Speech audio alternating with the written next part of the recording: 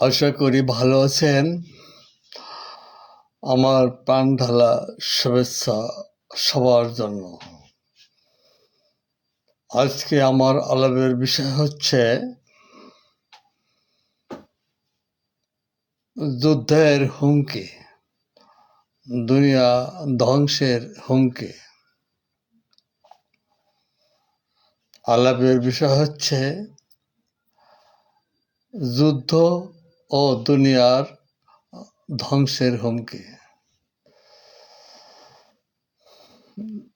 যুদ্ধটা তো নূতন নয়, যুদ্ধটা অতীত থেকে মহাকালের সবসময় ছিল এবং আজকের প্রজন্মের যে তরুণ তরুণী যুবক বা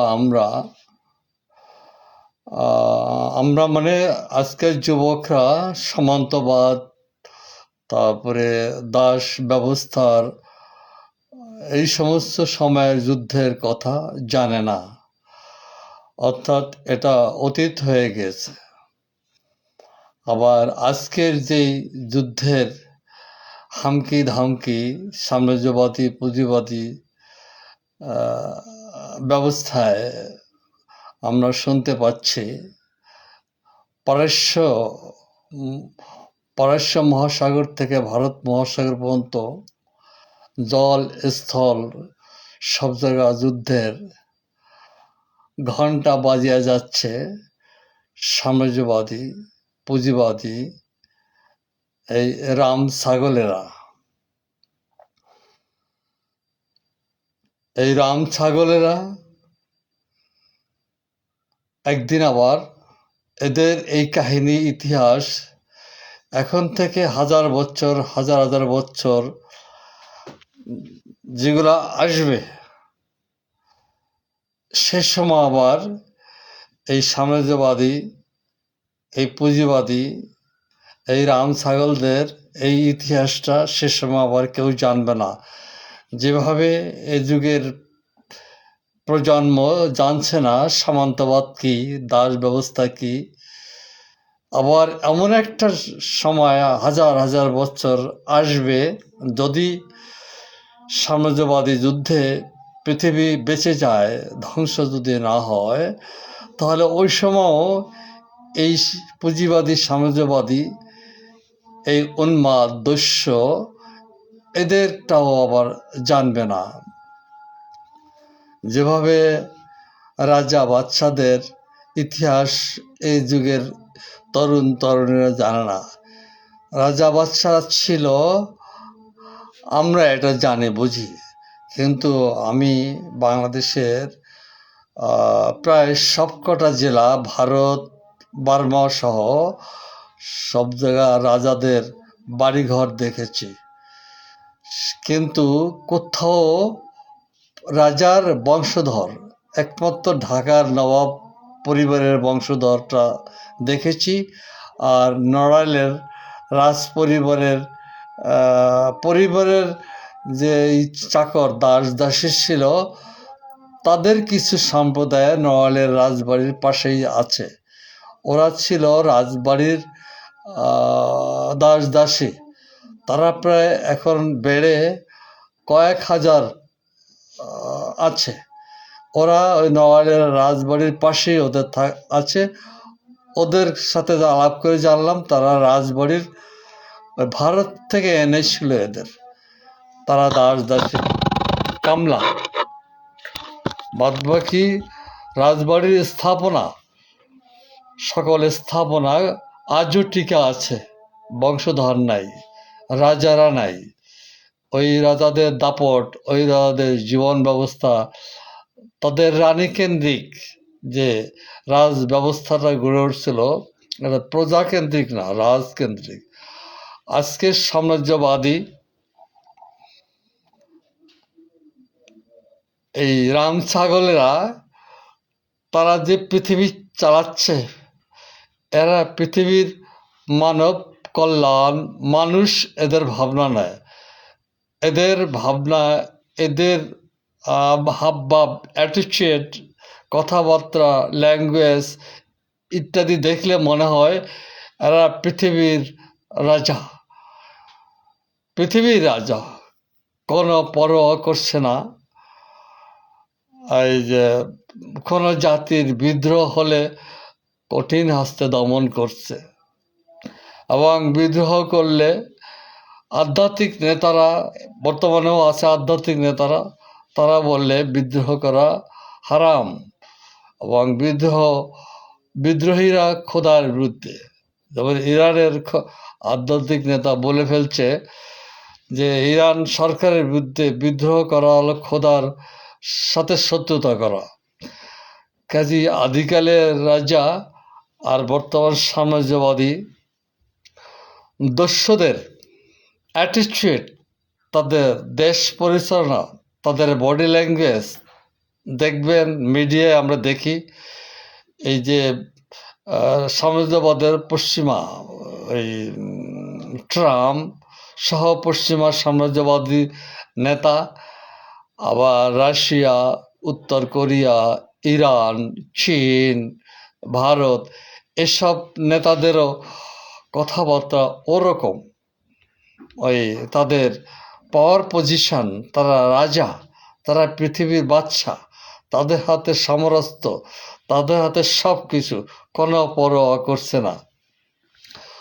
অনুরূপভাবে এই অতীত রাজা বাদশারা যেমন এই যুগের তরুণীরা জানে না, এই আজকের এই রাম ছাগলেদেরও ইতিহাস একদিন থাকবে না। সাময়িক তারা জনহিতকর কার্য, কথায় কথায় যুদ্ধ, এবং তাদের সাম্রাজ্যবাদী ব্যবস্থা, তাদের সাম্রাজ্যবাদী ব্যবস্থাই তাদেরকে পরিচালিত করে। এটা তারা ব্যক্তিগত ব্যাপার না। তারা যে এই নিজেদেরকে রাজা রাজা ভাবে এবং বিদ্রোহ দমন করে এবং কথায় কথায় যুদ্ধ লাগিয়ে দেয়, এর পিছনে তাদের ভিতরে কাজ করছে সাম্রাজ্যবাদী উৎপাদন ব্যবস্থা, অর্থাৎ তাদের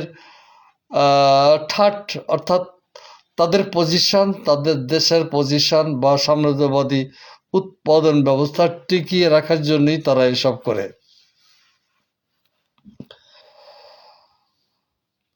তা আজকের এই রাজা বাদশারা একদিন 1000 বছর আসতেছে, সেদিন ওরাও থাকবে না। কিন্তু সর্বনাশটা কি হচ্ছে? সর্বনাশটা হচ্ছে এ যুগের যে মানুষের যে কালচারটা, যে আমাদের দেশের যে অতীত বা বর্তমান যে ইতিহাসটা, এগুলো ম্লান হয়ে যাচ্ছে যুদ্ধের হুঙ্কারে। পারস্য মহাসাগর থেকে ভারত মহাসাগর পর্যন্ত জলদেশ, জলের উপরিভাগ, জলের তলের ভাগ, অর্থাৎ মাছ, তিমি মাছ ভীত, আকাশে পাখি উঠতে পারছে না, আকাশ যুদ্ধ এবং যুদ্ধের ঘণ্টা। মিডিয়া খুললেই যুদ্ধের সমস্ত ব্যাপারে। এখন মানুষের যে একটা জীবন ব্যবস্থা থমকে যাচ্ছে, স্কুল কলেজ, লেখাপড়া, বয়স্ক লোকদের, বৃদ্ধ বয়স্ক লোকদের জীবন ব্যবস্থা, স্বাভাবিক গোটা মানব জাতি থমকে যাচ্ছে। কখন কি হয়, যুদ্ধ বোধহয় লেগেই যাচ্ছে। ইরানের ইসলামিক রেভলিউশনারি পার্টি সেনাবাহিনী, ইরানের সেনাবাহিনী যুদ্ধের অস্ত্রের ট্রাইগারে আঙ্গুল লাগিয়ে বসে আছে। ট্রাম্প দেশ বিদেশ ঘুরে বেড়াচ্ছে ওই নূতন জোট,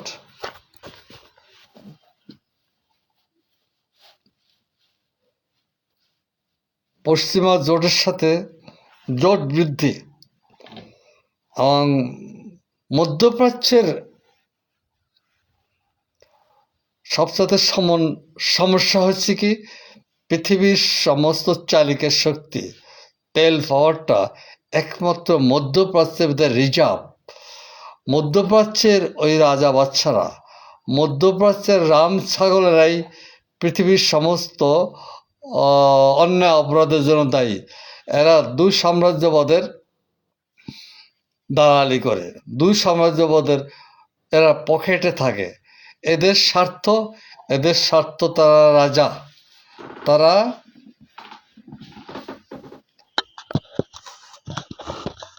তারা রাজা। আর সাম্রাজ্যবাদীরা গণতন্ত্রের কথা বলে এই সমস্ত রাজাদের বহাল তবিয়তে বংশ পরম্পর মধ্যপ্রাচ্যে রাজপ্রথাটা টিকিয়ে রেখেছে। এজন্য যদি ওখানে গণতান্ত্রিক বহুদলীয় ব্যবস্থা হয়, তাহলে তাদের আবার ওই মধ্যপ্রাচ্যের তেলের উপরে সমস্যা হয়। এখন একই পরিবার, রাজ পরিবারে একটা পরিবার ধারাবাহিক তারা রাজা থাকে, এবং সাম্রাজ্যবাদীরা ওই রাজার সাথে হাত মিলিয়ে এই তেলটা ওরা নিতে পারে। এই হলো মধ্যপ্রাচ্যে ওই দস্যুদের সাথে এই দস্যুরা হাত মিলিয়ে এই পৃথিবীর পাওয়ারটা ব্যবহার করছে। মধ্যপ্রাচ্যের রাজা বাচ্চারা, আমি তাদেরকে আগে পরে সবসময় বলে আসছি, কিন্তু প্রকাশ্যে বলে নেই, এরা এই পৃথিবীর সর্বনাশের রাম ছাগল। এই ছাগলগুলো ন্যাটোর সাথে এবং চীন, রাশিয়া না, এককভাবে এরা ন্যাটোর সাথে থাকে। আর আমেরিকায় গিয়ে এই রাজা বাচ্চারা 12 মাস আমেরিকায় থাকে, এবং এরা অধিকাংশ রাজা বাচ্চারা, মধ্যপ্রাচ্যের রাজা বাচ্চারা অমুসলিমদেরকে বিয়ে করে, সাদা চামড়ার মেয়েদেরকে বিয়ে করে। এবং এই সাম্রাজ্যবাদী আমেরিকা সহ জার্মান, জাপান এই সমস্ত দেশে 12 মাস পড়ে থাকে, এবং এখানে এদের শিক্ষা দীক্ষা নাই। মধ্যপ্রাচ্যের যে তেল বা তেলের খনি আছে কি নাই এরাই তা জানতো না। এরা বুদ্ধ দি গ্রেট সাম্রাজ্যবাদী ওই ইঞ্জিনিয়াররা এই দেশের তেল উত্তোলন থেকে শুরু করে তেলের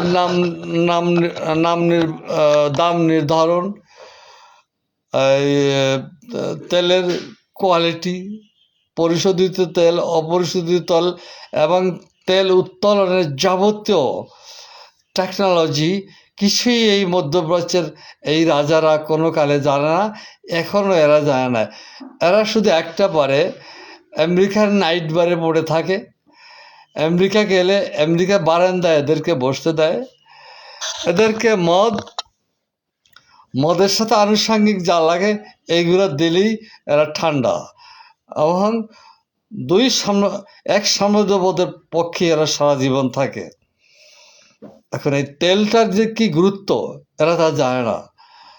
এই তেল নিয়েই পৃথিবীতে এই যে হালে দুই সাম্রাজ্যবাদের ভিতরে দ্বন্দ্ব রয়েছে। সম্পদ বলতে অনেক কিছু আছে, সমরাস্ত্র, মাছ মাংস, ম্যান পাওয়ার, তৈল পাওয়ার। দুই সাম্রাজ্যবাদীরাই এটা নিয়ে দুনিয়া ভাগাভাগি, কাড়াকাড়ি। এবং এই সমস্ত তৈল সম্পদ বা ম্যান পাওয়ার বা অন্যান্য প্রাকৃতিক সম্পদ এসব না হলে আজকে সাম্রাজ্যবাদ টিকে থাকতে পারে না। সাম্রাজ্যবাদ বলে কথা নেই, অর্থাৎ পৃথিবী আধুনিক সাম্রাজ্যবাদী যুগে একটা দেশ একা 1 ঘন্টা ভিতরে বাঁচতে পারবে না, তাকে পরস্পর সাথে নির্ভরশীল হইয়া বাঁচতে হয়। এবং এটা এমন একটা বৈজ্ঞানিক এবং আধুনিক পুঁজিবাদী ব্যবস্থা এসে গেছে যে পরস্পর সাথে নির্ভরশীল, কোনো রকমে বাঁচতে পারবে না। যেমন আমার জীবনটা চলে, আমার এখানে জীবনটা আছে ঠিক, কিন্তু 4টা হাত পা না থাকলে আমি চলতে পারবো না। আমার খালি জীবন দিয়ে কিছু হবে না। আমার জীবনের সাথে আমার 2খানা হাত, 2খানা পা লাগবে, একটা মাথা লাগবে। আজকের পৃথিবীর যে ভাইটাল যে বিষয়টা, অর্থাৎ পৃথিবীর যে জীবন হচ্ছে সম্পদ, তেল সম্পদ, তার পাশে হলো এই পৃথিবীর দেশগুলা, আমাদের দেশগুলো হাত পা। কাজে আমরা একে অপরের উপর নির্ভরশীল, এবং দুনিয়ার মজদুর এক হও বলে একটা স্লোগান আছে, ঠিক এটা সেরকম, কিন্তু এটা স্ক্যাটার্ড হয়ে আছে। আর সাম্যবাদে কমিউনিস্ট ব্যবস্থায় এই দুনিয়ার হার্টের সাথে সমস্ত হাত পা মিলিত থাকবে। কাজে দুনিয়া একসময় ওরকম হবে, যেটা আমি বলছি হাজার বছর সামনে যে আসতেছে, সেই দুনিয়াটা কেমন হবে, সেই দুনিয়ায় আজকের এই যুগটা জানবে না। যেমন এই যুগের তরুণীরা জানে না সামন্তবাদ কি, রাজা বাচ্চা কি জানে না। সেই যে একটা পৃথিবী, একটা হার্টের সাথে, একটা জীবনের সাথে সকল পৃথিবীর মানুষ কানেক্টেড, সে সময় আবার এইটা থাকবে না। এই যে পুঁজিবাদী সাম্রাজ্যবাদী ব্যক্তিগত মালিকানা ভিত্তিক দুনিয়ার যে ব্যবস্থা, এটা আবার তখন থাকবে না। কিন্তু এই মুহূর্তে এই আধ্যাত্মিক নেতা সহ ট্রাম্পের দল, আবার এই যে ইরানের আধ্যাত্মিক নেতা খোমেনির দল, মানে দুটো সাম্রাজ্যবাদ আমাদের ঘুম কেড়ে নিচ্ছে, আমাদের স্বাভাবিক জীবন ব্যাহত হচ্ছে। আজকে সেই বাংলার, আমাদের দেশের কথাই, সেই বাংলার অতীত যে কালচারটা, অতীত যে সংস্কৃতিটা, এটা ভোগ করতে পারছে না। ছাত্র স্কুলে যেতে পারতেছে না, খেলাধুলা করতে পারতেছে না, আন্তর্জাতিক গেমসগুলা থমকে যাচ্ছে, সব কিছু থমকে যাচ্ছে। অর্থাৎ দিনের ভিতরে এই সকালে শুনি যুদ্ধ বেঁধে গেল, এই বিকালে শুনি এখনই ট্রাম্প হামলা করলো, এই রাত্রে শুনি এখনই ইরান গ্রাস করে ফেললো। সারাক্ষণ যদি এইটা থাকে, তাহলে মানুষের জীবন প্রবাহ তো থমকে যাচ্ছে। এখান থেকে তো আমাদের বাঁচতে হবে। এখান থেকে বাঁচতে হলে সমস্ত মজদুরকে ঐক্যবদ্ধ হতে হবে। দুনিয়ার মজদুর এক হও, এই স্লোগানে আসতে হবে। এবং ব্যক্তিগত উৎপাদন ব্যবস্থা, আমরা যে সমস্ত যুদ্ধের অবস্থাটা দেখি, বা একাধিক সাম্রাজ্যবাদের পৃথিবী বিভক্ত দেখি, একাধিক রাষ্ট্র ব্যবস্থা বিভক্ত দেখি, এর পেছনে যৌক্তিক কারণ আছে। সেটা হচ্ছে কি, ব্যক্তিগত মালিকানা ভিত্তিক পরিবার ও দুনিয়ার ব্যবস্থা, এটা ব্যক্তিকেন্দ্রিক হওয়ার কারণেই এটা হচ্ছে। এটা কোনো মানুষের দোষ না, ব্যক্তি আধ্যাত্মিক নেতাদের দোষ না, সাম্রাজ্যবাদী ট্রাম্পের দোষ না। ওই উত্তর কোরিয়া বলেন, তারপরে চীন, রাশিয়া বলেন, এইসব ব্যক্তির এটা দোষ নয়, ব্যক্তির কারণ না। কারণ হচ্ছে উৎপাদন ব্যবস্থাই এর কারণ, এবং উৎপাদন ব্যবস্থায় পৃথিবীর এই কন্ট্রাডিকশনগুলো সৃষ্টি হয়েছে বা জন্ম হয়েছে। কাজে এটা কোনো একটা যুদ্ধ দিয়া, হামামারি করে, পিটাপিটি করে, গালিগালাজ করে এটা যাবে না। এটা একটা সিস্টেমের, বর্তমান বিশ্ব একটা সিস্টেমের উপর দাঁড়িয়ে আছে। ব্যক্তিগত মালিকানা এবং পুঁজিবাদী সাম্রাজ্যবাদী সিস্টেমে এটা মানে স্ট্যান্ড বাই হয়ে আছে। এইটাকে আবার উৎখাত করতে হবে, বা উৎখাত হবে সাম্যবাদী উৎপাদন ব্যবস্থা, অর্থাৎ কমিউনিস্ট বিপ্লবী মাধ্যমে। কমিউনিস্ট কথাটার হুবহু অর্থ হচ্ছে সাম্যবাদ।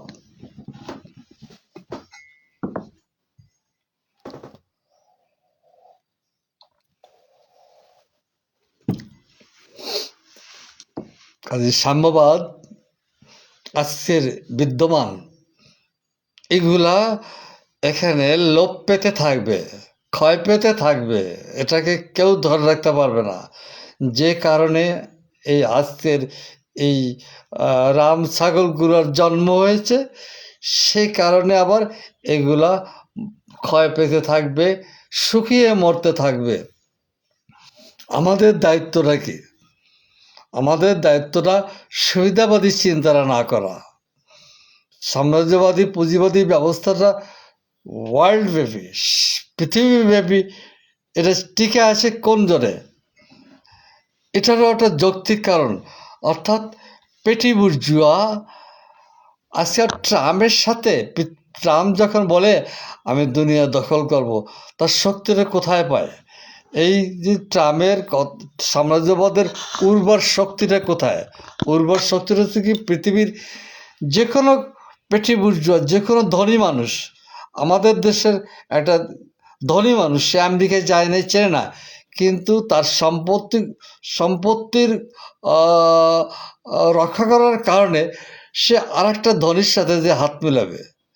কাজে পৃথিবীর ধনিক শ্রেণী, কুলাক শ্রেণী, পেটি বুর্জুয়া শ্রেণী, এই শ্রেণীগুলোরই প্রতিনিধিত্ব করে পুঁজিবাদ বা সাম্রাজ্যবাদ। কাজে ট্রাম্পকে কেউ চেনে না, ট্রাম্পকে দেখে নাই, ট্রাম্পের কাছে যে কেউ চা খায় নেই। পৃথিবীর এই ব্যবস্থাটাই সাম্রাজ্যবাদী ব্যবস্থার ভিত্তি। সাম্রাজ্যবাদী ব্যবস্থার ভিত্তিই হয়েছে ব্যক্তিগত মালিকানা, কুলাক শ্রেণী, ধনী শ্রেণী, যোদ্ধার, সিন্ডিকেট, মজুদ্দার, কম্পাউন্ডার, বুর্জোয়া। এটা নিয়েই এলো পুঁজিবাদ। আর এই পুঁজিবাদের উচ্চতম রূপটাই হলো সাম্রাজ্যবাদ। কাজী কোনো ব্যক্তি বিশেষকে গালি দিলেই এগুলা ফুরিয়ে যাবে না। কোনো ব্যক্তি বিশেষের এটা দ্বারা সৃষ্টিও হয় নাই, সৃষ্টি হয়েছে সমাজের পেটি বুর্জোয়া প্রবর্তন, ধনী কুলাকদের প্রবর্তন, সিন্ডিকেট, মজুদ্দার, যোদ্ধার, এরই এই শক্তিরই উপরিকাঠামোর শক্তিরই হচ্ছে সাম্রাজ্যবাদী শক্তি। সাম্রাজ্যবাদী শক্তি ওটা আকাশ থেকে আসে নাই, এটা কেউ সৃষ্টি করে নাই, এটা সমাজ ব্যবস্থার ভেতরেই এটা সৃষ্টি। সমাজটা আবার সাম্যবাদ, কমিউনিস্ট ব্যবস্থাও হবে এই আপনার উৎপাদন ব্যবস্থার গোড়াপত্তন। ব্যক্তিগত উৎপাদন ব্যবস্থা বিলুপ্তি করার সাথে সাথে এই স্তরগুলা আর টিকে থাকবে না, এখান থেকে আবার এগুলা বিদায় নেবে, শুকিয়ে মরবে। কাজী এগুলো হামারি গায়ের জোরে এই গালিগালাজ করে এগুলা পরিবর্তন হবে না।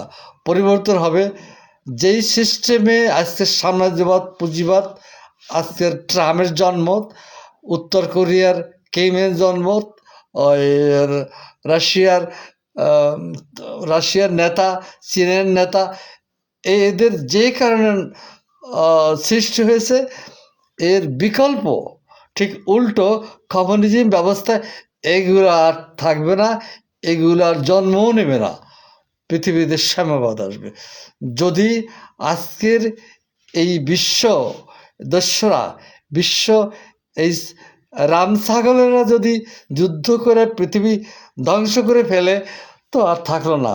যদি পৃথিবী বেঁচে থাকে, বর্তমান যে কোনো টাইমে যুদ্ধ বেঁধে যেতে পারে, এই যুদ্ধের ফলে যদি পৃথিবী বেঁচে থাকে, তাহলে এগুলোর আলাপের যথার্থতা আসবে। তো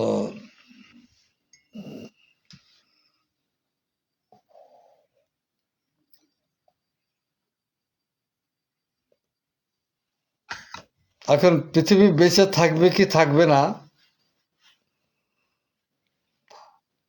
দুপক্ষের অস্ত্রের যে মহড়া এবং যে অস্ত্রের যে হামকি ধামকি, তাতে তো পৃথিবীর কোনো প্রাণী বেঁচে থাকার কথা নয়।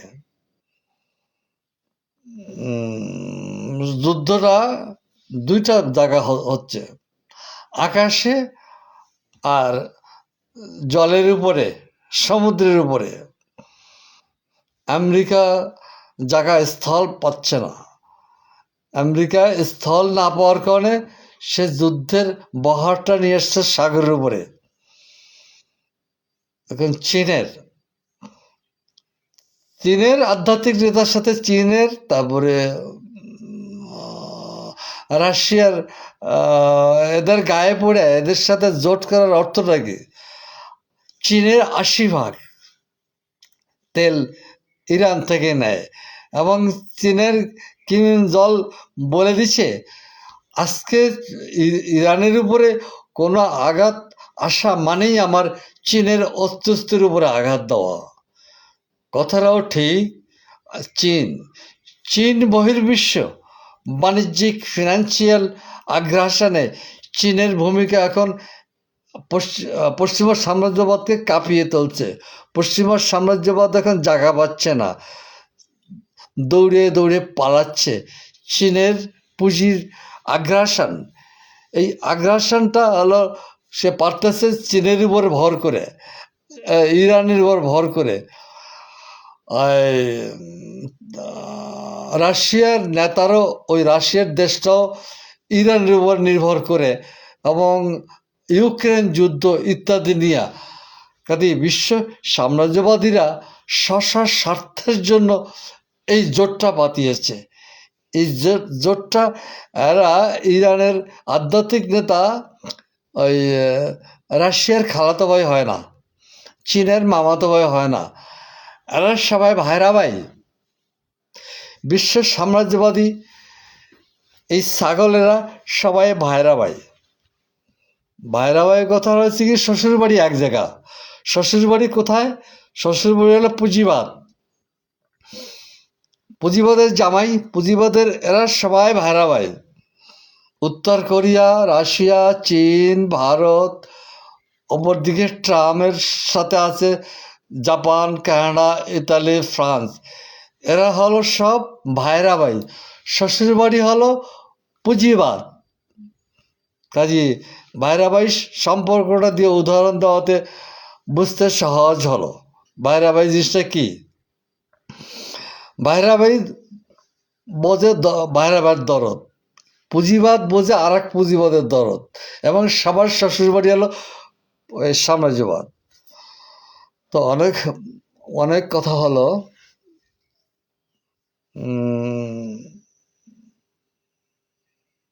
তো থ্যাংক ইউ। এ বিষয়টার উপর আলাপ শেষ।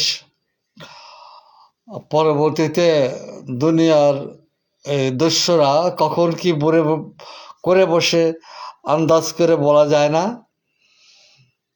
যার জন্য অবস্থা দেখে দেখে আমরা পৃথিবীর ভাষ্যকাররা অবস্থা দেখে দেখে আলাপ করছে। কাজে অবস্থা দেখার জন্য সময় নিচ্ছি। থ্যাংক ইউ, আবার দেখা হবে।